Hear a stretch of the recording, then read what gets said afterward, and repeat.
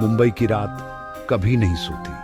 हर गली, हर मोड़ पर जिंदगी अपनी रफ्तार में बहती रहती है, चाहे घड़ी कितनी भी देर क्यों ना दिखाए। उस शनिवार बारिश से भीगी सड़कों पर नियॉन लाइट्स झिलमिला रही थी। हर कोना, हर साइन बोर्ड जैसे किसी रहस्य को छुपा रहा हो। तीसरी मंजिल के अपने दफ्तर में प्राइवेट इन्वेस्टिगेटर मोहित अकेले बैठे थे, पुराने कागजों और बासी कॉफी की गंध में डूबे। बाहर की हलचल से दूर उनकी दुनिया बस उन फाइलों तक सिमटी थी। वो बीमा धोखाधड़ी की फाइलें देख रहे थे, लेकिन दिमाग कहीं और था। शायद किसी पुराने केस की याद, या फिर उस रात की बेचैनी। तभी लैंडलाइन की घंटी बजी। रात के 11:45। उस सन्नाटे में फोन की आवाज किसी अलार्म जैसी थी। इस वक्त की कॉल्स कभी अच्छी खबर नहीं लाती। मोहित को एहसास था कुछ अनहोनी दस्तक दे रही है। मोहित ने रिसीवर उठाया। आवाज में ठंडा सुकून, लेकिन दिल की धड़कनें तेज थीं। महिला, कांपती आवाज। वो मुझे मार डालेगा, प्लीज आपको मेरी मदद करनी होगी। उसकी आवाज में डर साफ झलक रहा था, जैसे कोई छाया उसके पीछे हो। मैं होटल नाइट शेड में हूं, कमरा नंबर 407। हर शब्द में घबराहट थी, जैसे वक्त कम हो। मोहित की इंद्रियां चौकस हो गईं। अब यह सिर्फ एक केस नहीं, बल्कि किसी की जान का सवाल था। उसने सारी जानकारी नोट की, हर डिटेल, हर शब्द अब अहम था। कौन हो तुम? कौन तुम्हारे पीछे है? उसने पूछा। मोहित की आवाज में अब चिंता थी। दूसरी तरफ घुटी सिसकी, फिर शोर, और कॉल कट गई। एक पल में सब बदल गया। अब ऑफिस की खामोशी डरावनी थी, एक डरी हुई औरत की गूंजती चीख से भारी। मोहित जानता था यह रात बाकी रातों से अलग होने वाली है। मोहित ने फौरन जैकेट और चाबी उठाई, जैसे किसी अनदेखे डर ने उसे घेर लिया हो। रात के सन्नाटे में उसके कदम तेज थे, मानो वक्त उसके खिलाफ दौड़ रहा हो। बीमा, केस की फाइलें और चिंता सब पीछे छूट गई।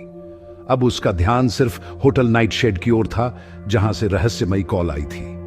होटल नाइट शेड एक मिड रेंज होटल, जिसकी दीवारों के पीछे न जाने कितने राज छुपे थे।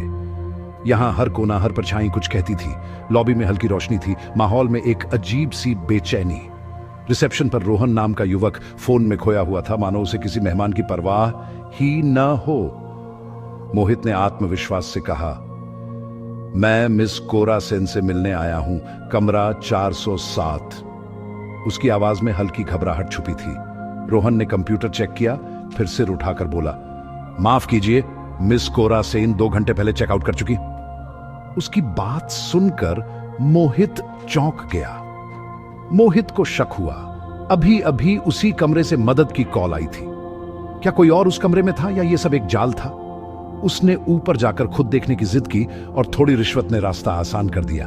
अब असली रहस्य उसके सामने था। बस एक दरवाजा खोलना बाकी था।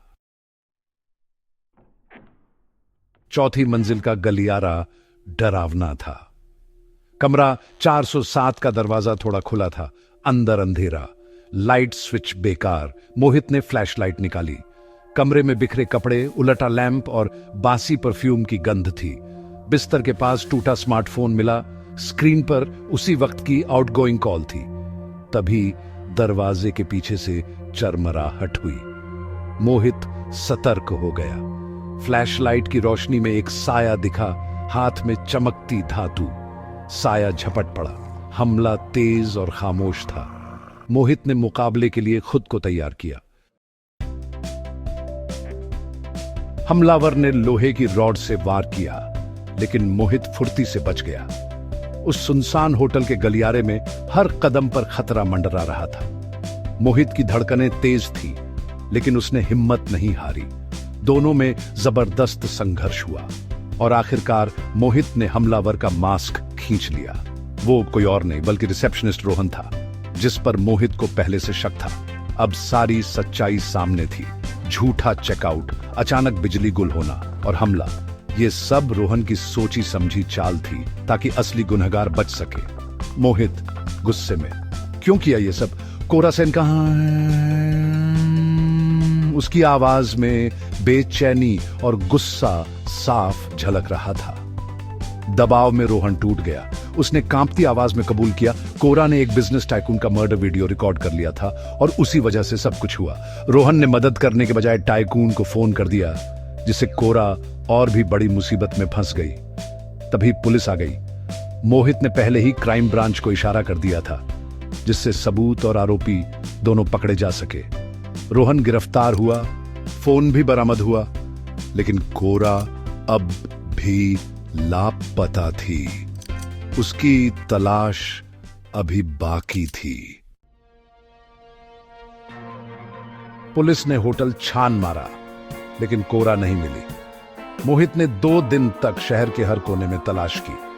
सुराग मिला, एक पुरानी लाइब्रेरी, कोरा का पसंदीदा ठिकाना। मोहित ने उसे वहां छुपा पाया, डरी लेकिन सुरक्षित। पुलिस सुरक्षा में कोरा ने गवाही दी, टाइकून गिरफ्तार हुआ। केस बंद, लेकिन मोहित को चैन नहीं था, साजिश गहरी थी। तभी एक अनजान मैसेज आया, you only saw the opening act. Mohit मुस्कुराया, असल खेल अब शुरू हुआ था।